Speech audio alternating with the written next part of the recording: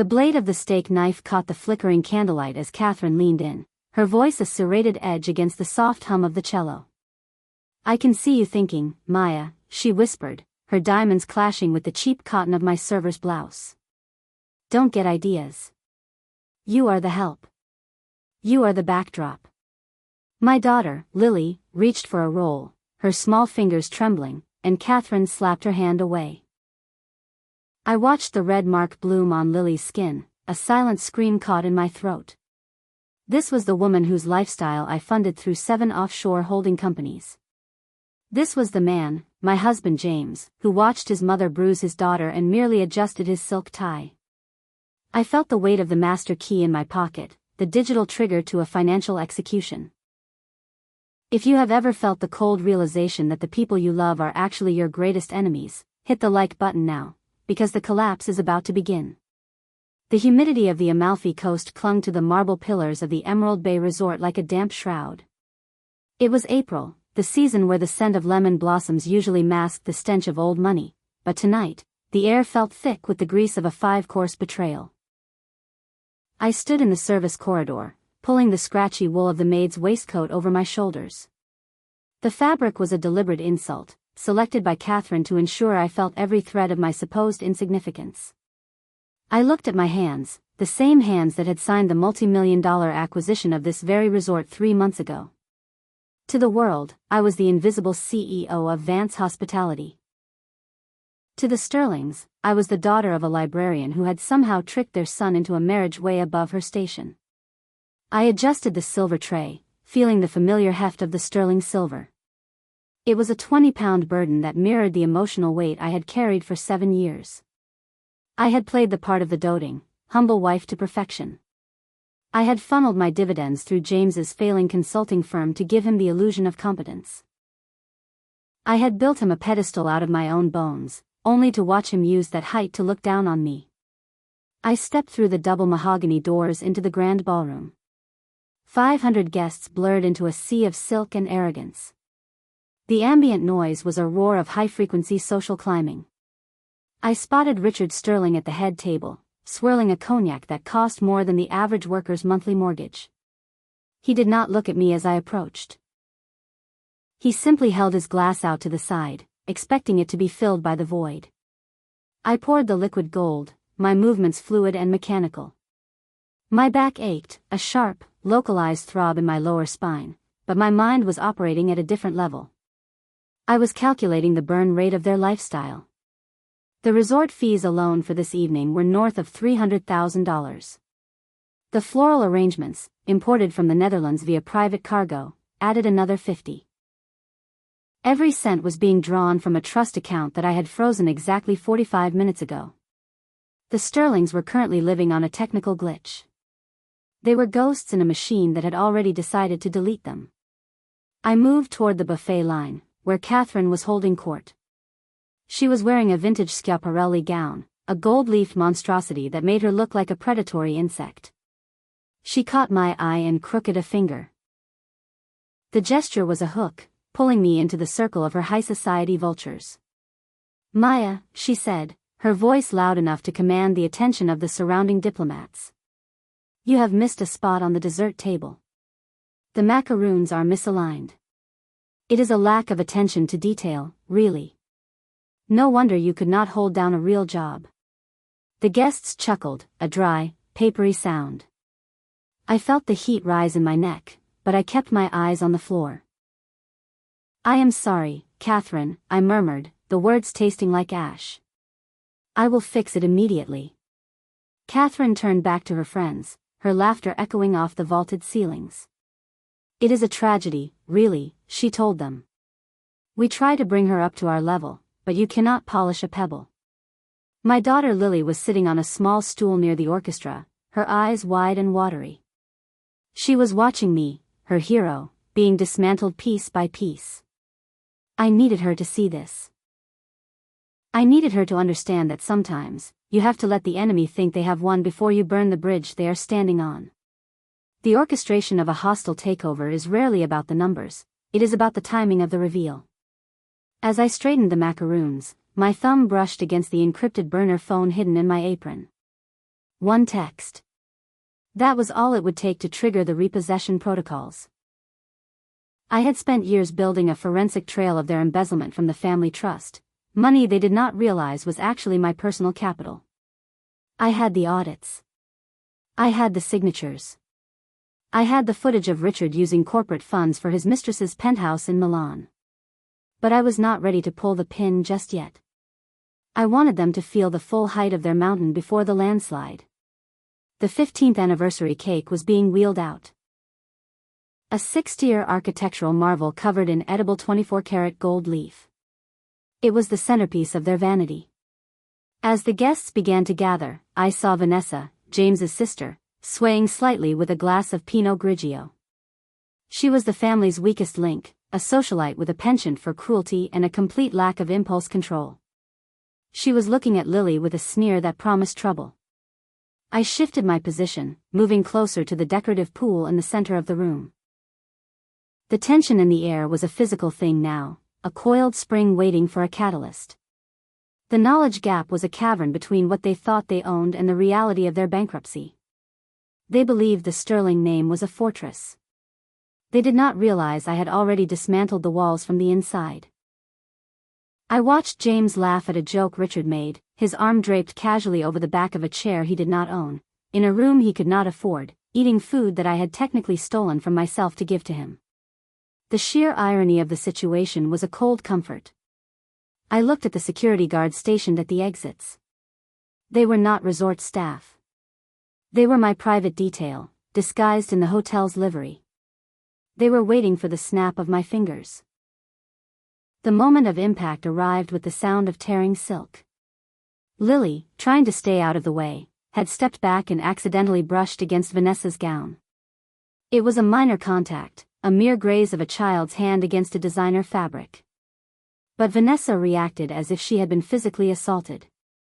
She screamed, a high, piercing sound that shattered the evening's carefully curated elegance. "My dress!" She shrieked, looking down at a microscopic smudge of chocolate. "You little sewer rat. You have ruined it." She did not just yell. She lunged.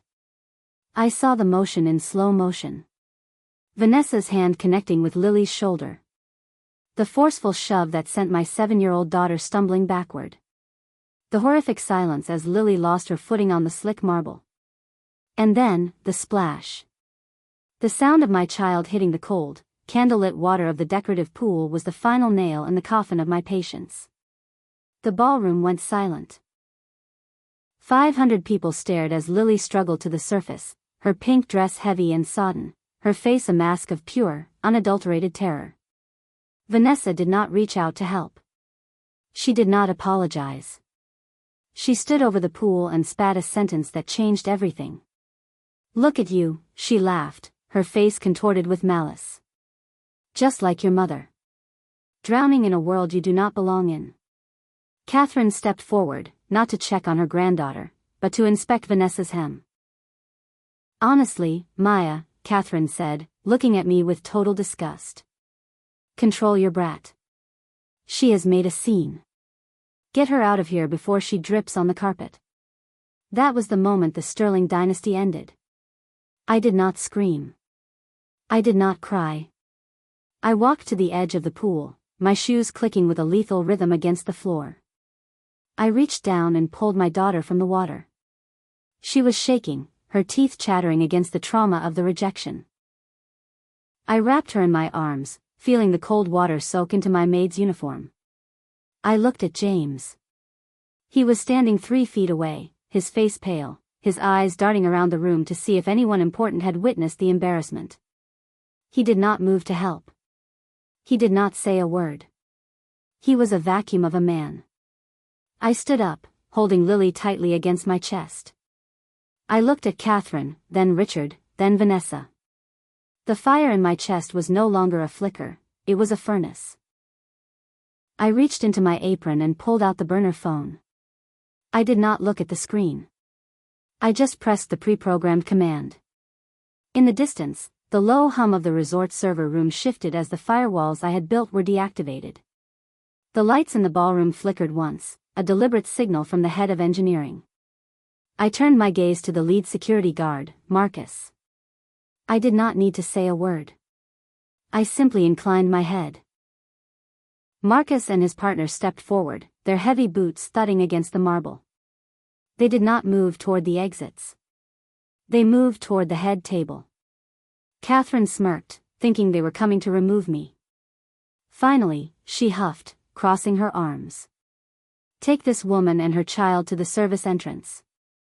They are finished here. Marcus stopped 2 inches from Catherine's face. He did not touch her. He simply bowed to me. Madam President, he said, his voice a low rumble that filled the silence. The assets have been secured.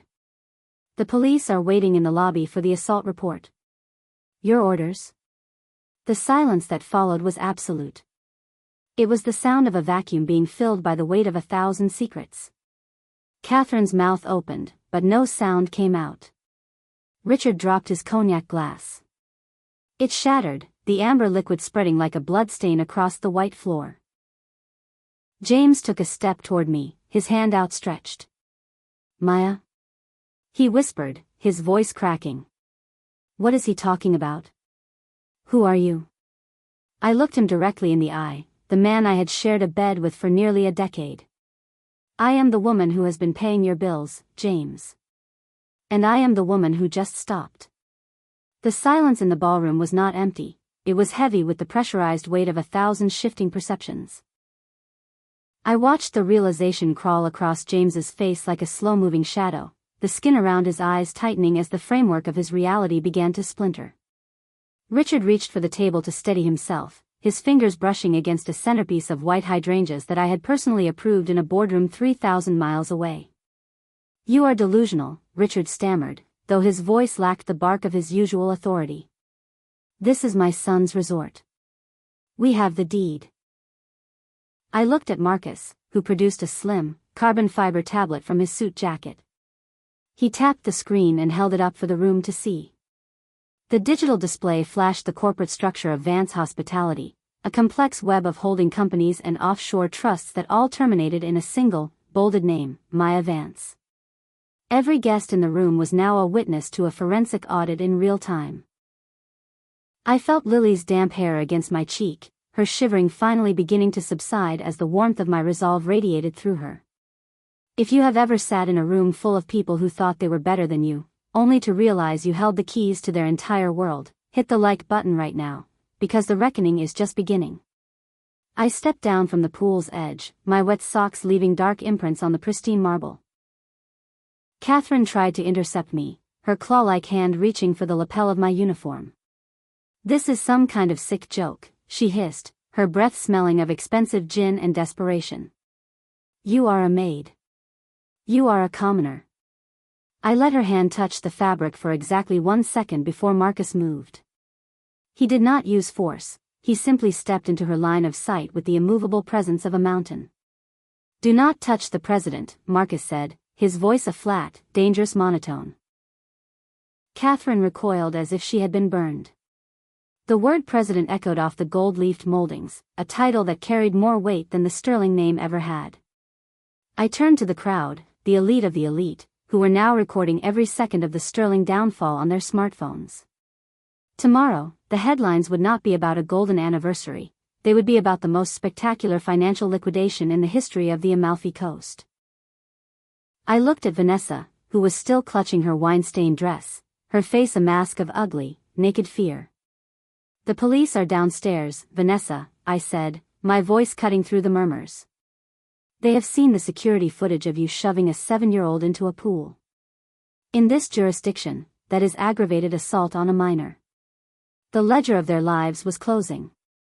James tried to speak, his mouth working like a fish out of water, but I cut him off with a single raised hand.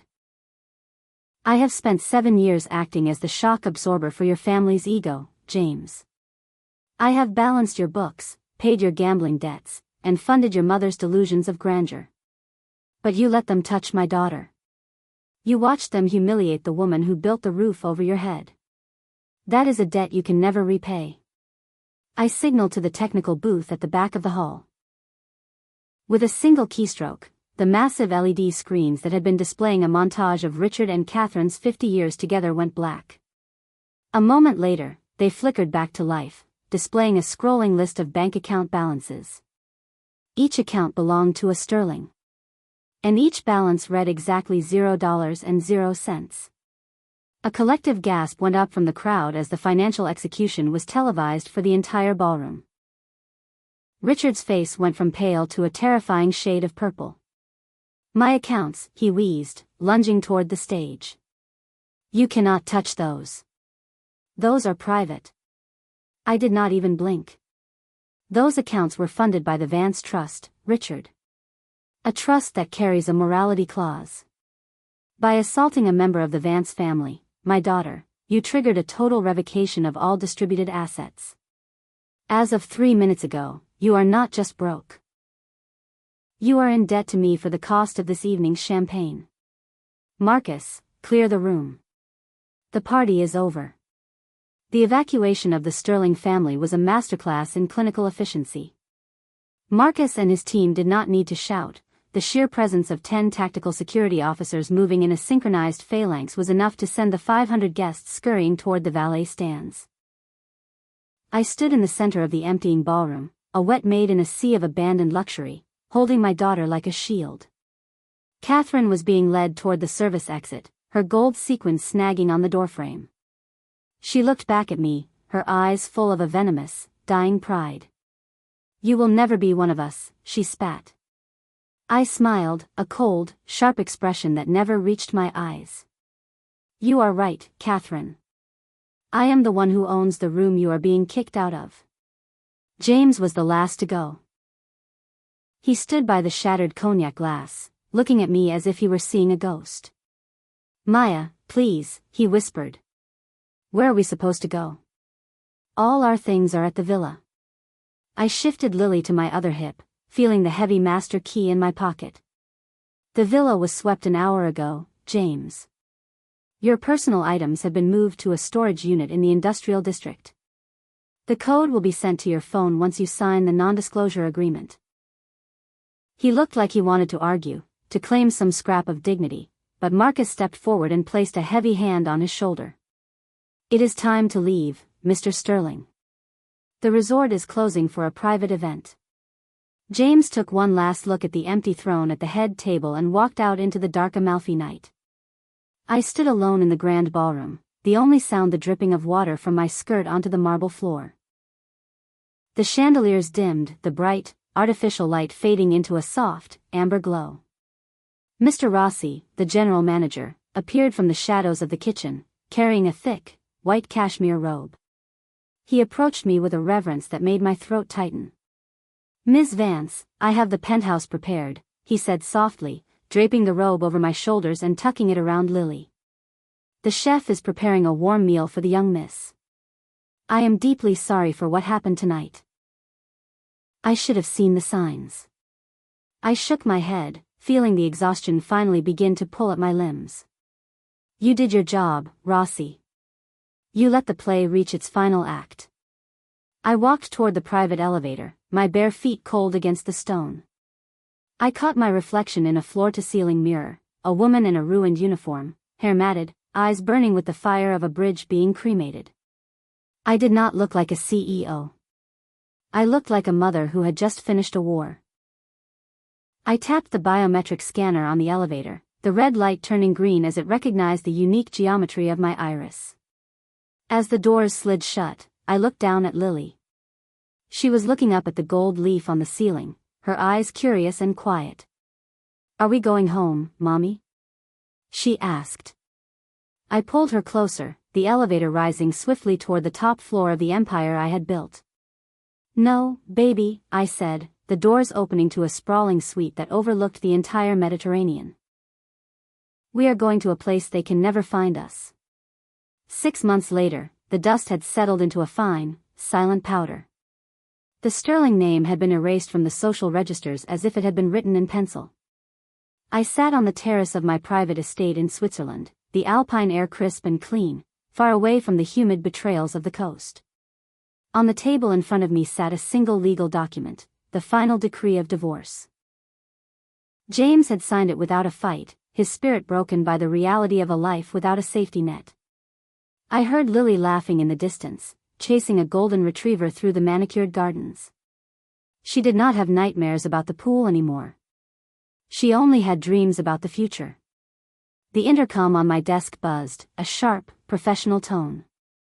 "Ms. Vance, there is a call from the New York office. They want to discuss the acquisition of the London properties." I looked at the divorce papers, then at my daughter, then at the vast, snow-capped mountains that stood like sentinels around my home. "Tell them to wait," I said, my voice steady and sure. "I am busy being a mother today." The empire could wait. The money would always be there. But the peace, the hard one, absolute silence of a life without toxic shadows, was the only asset I truly cared about. I stood up, walked to the edge of the terrace, and watched the sun set over the peaks, the undisputed queen of a kingdom built on the ashes of a golden charade. The silence of the alpine evening was broken by the sharp, rhythmic clicking of a high-speed printer in my home office. It was a cold, clinical sound that reminded me of the machinery of justice. I walked back inside, the glass doors sliding shut with a pressurized hiss that sealed out the world. The document sliding into the tray was a private investigator's report from London. Even in exile, the Sterlings could not help but leave a trail of slime. Richard was attempting to leverage a non-existent art collection for a high-interest loan from a predatory lender in Mayfair. Catherine was seen at a boutique consignment shop, trying to sell the very diamonds I had let her keep as a gesture of final, insulting pity. If you have ever watched someone try to maintain a facade while their entire foundation is crumbling into the dirt, hit the like button, because the desperation is about to turn into a disaster. I picked up the report, my eyes scanning the high-resolution surveillance photos. They looked smaller now. Without the backdrop of my emerald resorts and my credit lines, they looked like what they had always been, two elderly grifters who had mistaken a benefactor for a target. I felt no satisfaction, only a deep, surgical sense of completion. I sat at my mahogany desk and opened my laptop, the screen illuminating the Vance Hospitality global dashboard. My empire was expanding into the Asian markets, the numbers ticking upward in a relentless, green tide. But there was one red flag on the screen. A single, unauthorized attempt to access the trust fund's primary server from an IP address located in a dingy internet cafe in suburban New Jersey. James. He was trying to guess the passwords to the life he had thrown away. It was a pathetic move, a digital rattling of the gates he used to hold the keys to. I did not block him immediately. I watched him fail. I watched the system lock him out after the third attempt, a cooling-off period that would last a century. I closed the laptop and looked at the clock. It was time for Lily's evening lesson. I had hired the best tutors in the world, not to teach her how to be a socialite, but to teach her how to be a sovereign.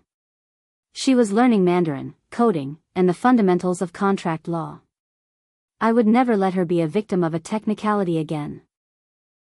I walked down the hallway, the walls lined with original paintings that no one but us would ever see. The knowledge gap was a dark room James was still stumbling through. He believed there was still a secret account, a hidden stash of wealth that I had forgotten to secure.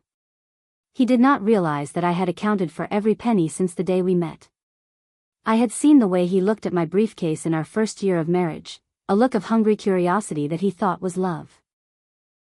I had known then that I was building a cage, but I had not realized I was the one who would end up inside it. Now, the bars were gone. I found Lily in the library, her small brow furrowed as she worked through a series of logic puzzles. She looked up and smiled, and for a moment, the hardness in my chest softened. But only for a moment. The transition from the serenity of Switzerland to the chaos of the New York Stock Exchange was a calculated move. 3 weeks later, I stood on the balcony of the exchange, the bell in my hand. This was the public debut of the Vance Sterling Liquidations Fund, a vehicle designed to buy up the distressed assets of the very people who had once snubbed me. I wore a suit that cost more than Catherine's entire remaining wardrobe, a sharp, obsidian-cut piece of armor. As I rang the bell, the roar of the floor below was a symphony of validation. I was not just a survivor, I was the market. I looked into the cameras, knowing that somewhere, in a cramped apartment with peeling wallpaper, the Sterlings were watching the woman they had called common take over the world. The first move of the new fund was the acquisition of the Sterling family's ancestral estate in Virginia. It was not about the land, it was about the symbol. Richard had bragged about that estate for decades, claiming it was the source of his nobility. In reality, it was a crumbling money pit held together by unpaid property taxes and my secret subsidies. I signed the foreclosure papers with a heavy fountain pen, the ink drying like a seal on a tomb. I did not plan to live there. I planned to turn it into a sanctuary for single mothers who had been legally bullied by their powerful in-laws. I would name it the Lily Center. The irony was a delicious, lingering aftertaste. The mysterious visitor arrived at my Manhattan penthouse on a rainy Tuesday. She did not have an appointment, and my security team was already moving to intercept her when I saw the feed on the monitor. It was Vanessa. She looked haggard, her designer coat frayed at the cuffs, her eyes darting with the twitchy energy of someone who has not slept in a week. I told Marcus to let her up. I wanted to see the wreckage up close. When the elevator doors opened, she did not storm out with her usual arrogance. She crept out, her shoulders hunched. Maya, she whispered, the name sounding foreign coming from her lips. Please. They are going to arrest my father. I did not offer her a seat. I did not offer her water. I stood by the floor-to-ceiling window, the gray skyline reflecting in the glass. Richard is being investigated for the Milan penthouse funds, Vanessa. That is a federal matter. I have nothing to do with it. She took a step forward, her hands shaking. You have everything to do with it. You turned over the records. You gave them the ledgers. I turned slowly, my expression a mask of professional indifference. I provided information that was legally requested by the authorities. If your father committed wire fraud to pay for your lifestyle, that is a Sterling problem, not a Vance one. Vanessa fell to her knees, the sound of her knees hitting the hardwood echoing in the vast, empty room. We have nothing left, Maya. James is working at a car wash. Mom is living in a motel. Please, just give us enough to get a lawyer.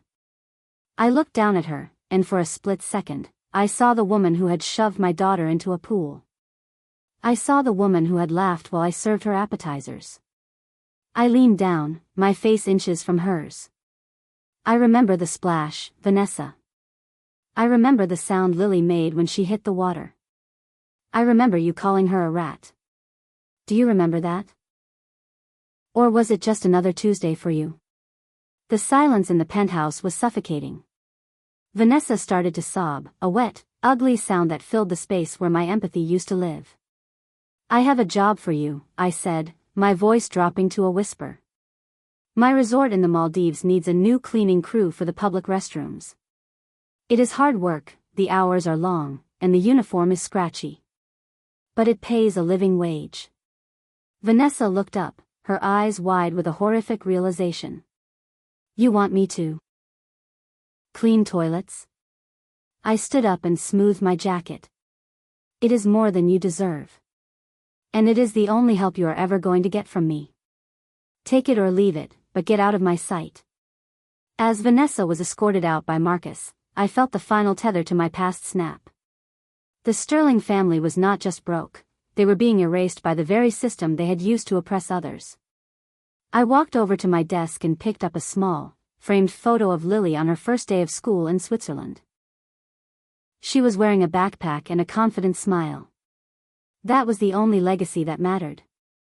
I pressed a button on my desk, and the glass walls of the penthouse began to tint, blocking out the gray city and turning the room into a private, golden sanctuary. The game was over. I had won.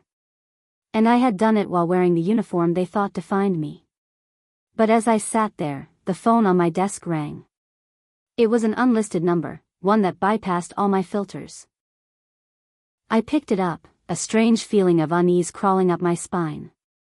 Hello? I said. There was a long pause, the sound of heavy breathing on the other end. Maya, a voice whispered. It was James, but he sounded different, darker, more focused. You think you have won because you have the money. But you forgot one thing. You forgot about the hidden vault in the Virginia estate. The one my grandfather built. The one your investigators missed. I froze. The Virginia estate. I had just signed the papers. There is something inside that vault that will bring your entire empire down, James said, his voice dripping with a terrifying, newfound confidence. See you soon, President Vance. The line went dead.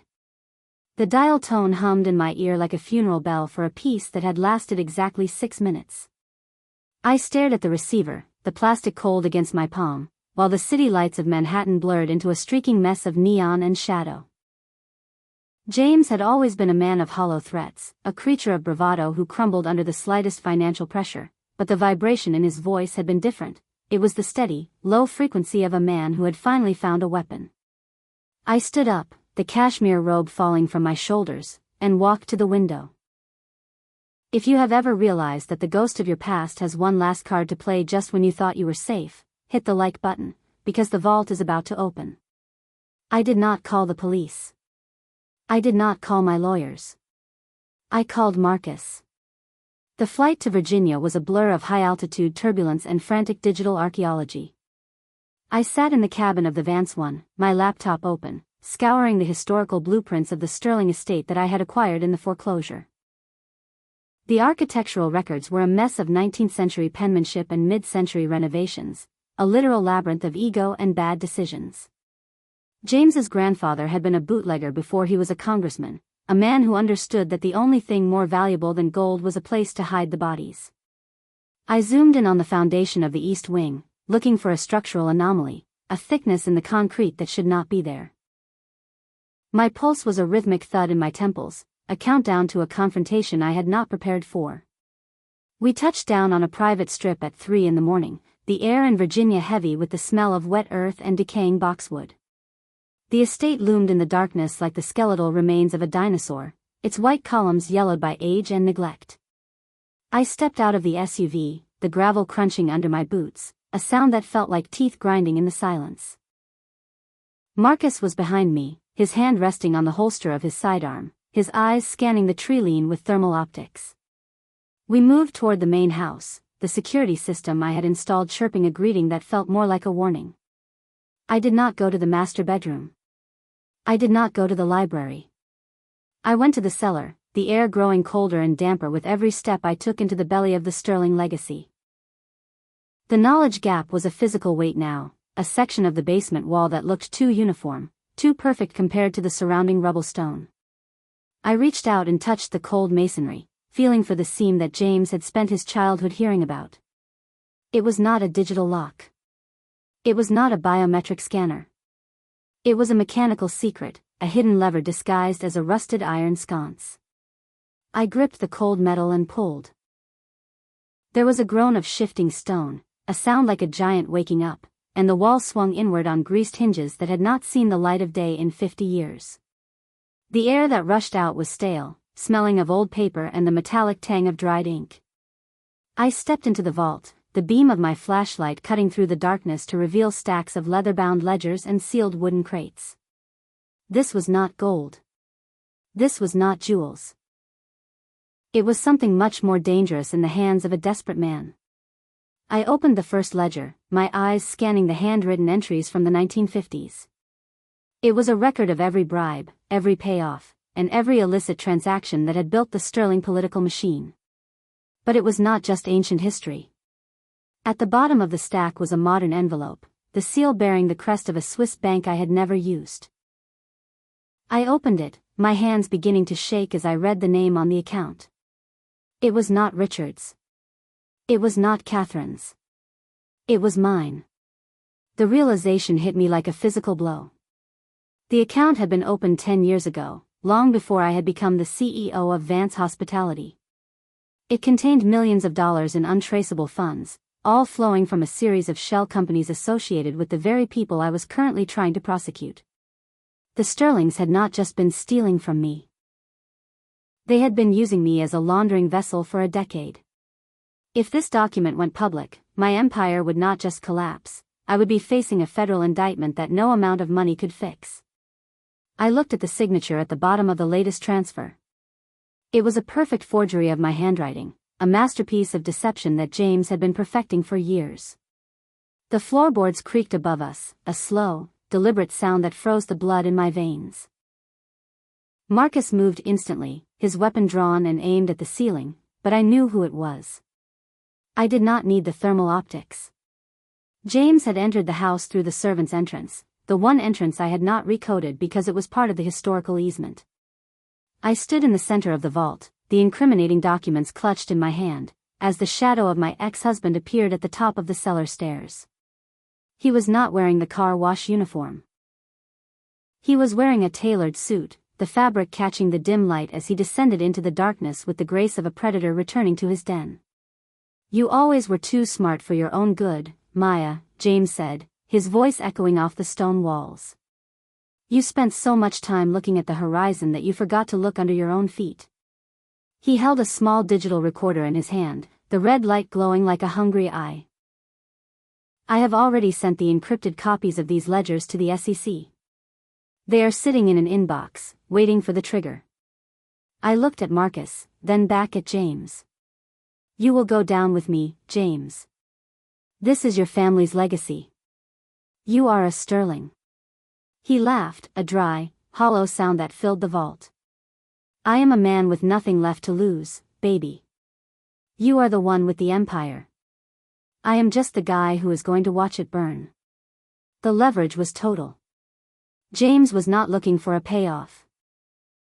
He was looking for a restoration. He wanted the resorts back. He wanted the status back. He wanted me back in the maid's uniform, metaphorically if not literally. I felt the walls of the vault closing in, the weight of the Sterling estate pressing down on me. I had underestimated the depth of his resentment, the way a man can nourish a grudge until it becomes his only reason for living. I looked at the stacks of paper, the evidence of a century of corruption, and I realized that the only way out was to go further in. I turned to Marcus, my voice a cold, hard diamond of resolve. "Leave us," I said. Marcus hesitated, his eyes flicking to the weapon in James's waistband. "That is an order, Marcus." When the heavy stone door swung shut, leaving James and me in the flickering shadows of the vault, the air grew thick with the history of our failures. "You want a deal?" I asked, my voice barely a whisper. James took a step forward, the light of my flashlight catching the madness in his eyes. "I want my life back, Maya. I want to be the man people look at with respect, not the guy scrubbing wheels in a Jersey car wash." I looked at the forgeries, the brilliant, lethal lies he had created. "I can give you the money, James. I can give you the title. But I cannot give you the respect. You lost that the second you touched my daughter." He flinched, the first sign of weakness I had seen since he entered the room. If you have ever had to choose between your integrity and your survival, you know the taste of the air in that vault. I reached into my pocket and pulled out a small, high-capacity flash drive. "This is the encryption key to the Vance primary server," I lied, my voice steady. "It gives you access to every account, every deed, and every password." James's eyes widened, the greed overriding his caution. He reached for the drive, his fingers brushing mine. It was the same touch that had once made me feel safe, now it felt like a snake's skin. "Hand over the recorder," I said. "And the original ledgers." James hesitated, his gaze darting between the drive and the recorder. He was a gambler at heart, a man who believed in the big score. He handed me the recorder, his hand trembling with the excitement of his perceived victory. I dropped the flash drive into his palm. As his fingers closed around the plastic, I pressed the small button on my watch. The vault did not open. Instead, a high-frequency alarm began to scream, and the mechanical locks on the stone door engaged with a final, hydraulic thud. James lunged for the door, but it was too late. I was not in the vault with him. I had stepped back into the shadows of a secondary exit, a passage the Sterling family had forgotten about, but my architects had found. "You were right about one thing, James," I shouted over the alarm. "I am the president. And the president never negotiates with terrorists. The secondary exit was a narrow stone throat that smelled of ancient lime and damp earth. I pulled the heavy iron lever from the outside, hearing the internal tumblers of the primary vault door fall into place with a definitive, mechanical finality. Inside, the muffled screams of James began to fade, replaced by the persistent, high-decibel shriek of the security alarm that was currently notifying every federal agency on my payroll. I emerged into the cold night air behind the derelict carriage house, my lungs burning as I inhaled the scent of pine and freedom. Marcus was there, his silhouette a jagged shadow against the moonlight, his hand already opening the door to the armored SUV. If you have ever had to entomb a part of your past to protect your child's future, hit the like button right now, because the final cleanup is officially in motion. We drove away from the Sterling estate as the first flickers of blue and red lights appeared on the horizon, moving toward the house like a swarm of angry hornets. The recorder James had handed me sat on the leather seat between us, a small, black plastic heart that held his confession of the forgery. I did not wait for the lawyers this time. I opened my laptop and initiated the Vance protocol, a scorched earth digital sweep that would replace every mention of those forged accounts with the forensic evidence of James's fabrication. By the time he was hauled out of that vault in handcuffs, he would not be a whistleblower, he would be a criminal caught in a failed extortion attempt against the woman who had tried to save his family. The dawn was breaking over the Virginia hills, a pale, sickly yellow that did nothing to warm the air. I watched the estate shrink in the rearview mirror until it was nothing more than a dark speck against the rising sun. My phone buzzed with a message from my head of public relations in London. The news of the Sterling arrest was already hitting the wires, framed exactly how I had dictated, a desperate ex-husband caught breaking into his former wife's property to steal corporate secrets. The narrative was set, the armor was reinforced, and the Sterling name was finally, officially, buried under the weight of its own corruption. I closed my eyes and for the first time in 7 years, I breathed without the weight of a secret pressing against my ribs. 1 month later, the grand ballroom of the Emerald Bay Resort was silent, the marble floors polished to a mirror finish that reflected the shimmering Mediterranean sun. I was not wearing a maid's uniform, and I was not wearing a power suit. I was wearing a simple linen dress, my feet bare as I walked across the room where the collapse had begun. Lily was running ahead of me, her laughter bouncing off the vaulted ceilings, her small hands catching the light as she pointed at the dolphins jumping in the distance. There were no cameras, no diplomats, and no Sterlings. There was only the sound of the waves and the peaceful heartbeat of a life that finally belonged to us. I stopped by the decorative pool, the water now clear and still, the floating candles replaced by vibrant lotus flowers. I looked down at my reflection and saw a woman who had been a servant, a strategist, and a survivor. I had learned that the true measure of wealth is not the balance of an offshore account, it is the ability to say no to people who want to buy your dignity. I reached into my pocket and pulled out a small, gold-plated service bell, the one Catherine used to ring when she wanted me to bring her tea. I dropped it into the center of the pool. The splash was small, a quiet ripple that vanished as quickly as it appeared, leaving the surface perfectly smooth. The knowledge gap was finally closed. There were no more vaults, no more hidden ledgers, and no more ghosts waiting in the shadows of my home. I had turned the Sterling estate into the Lily Center, and the first group of women had moved in last week, finding safety in the house that had once been a prison of ego. I picked up my phone and saw a final notification from my legal team. James Sterling had been sentenced to 10 years for extortion and fraud. Richard and Catherine were in a state-funded assisted living facility, their days spent arguing with nurses who did not care about their pedigree. The cycle of entitlement had been broken by the very person they thought was too common to fight back. I walked out onto the terrace and pulled Lily into my lap, the warmth of her body a living testament to why I had fought so hard. We watched the sun dip toward the horizon, painting the sky in shades of violet and gold. The world was vast, and for the first time, it did not feel like a battlefield. It felt like an invitation. I had built an empire to protect a child, and in the process, I had built a woman who did not need an empire to feel powerful. I leaned back against the cool stone of my resort, the owner of my destiny and the guardian of my daughter's joy. The camera of my mind pulled back, leaving the cliffs of the Amalfi Coast behind and soaring over the oceans I had conquered. I thought about the thousands of women who were still wearing the uniform, still taking the insults, and still waiting for their moment to snap the silver tray. My story was not just a revenge tale, it was a blueprint. I had shown them that the person serving the champagne is often the one who owns the cellar. I kissed the top of Lily's head and whispered a promise that she would never have to serve anyone who did not respect her. The screen of the world faded to black, leaving only the sound of the tide and the quiet, steady rhythm of a mother and daughter who had finally found their way home. Have a story like this? Send it to us, and we'll share it with the world. Don't forget to like, subscribe, and hit the bell for more true family drama. Thanks for watching.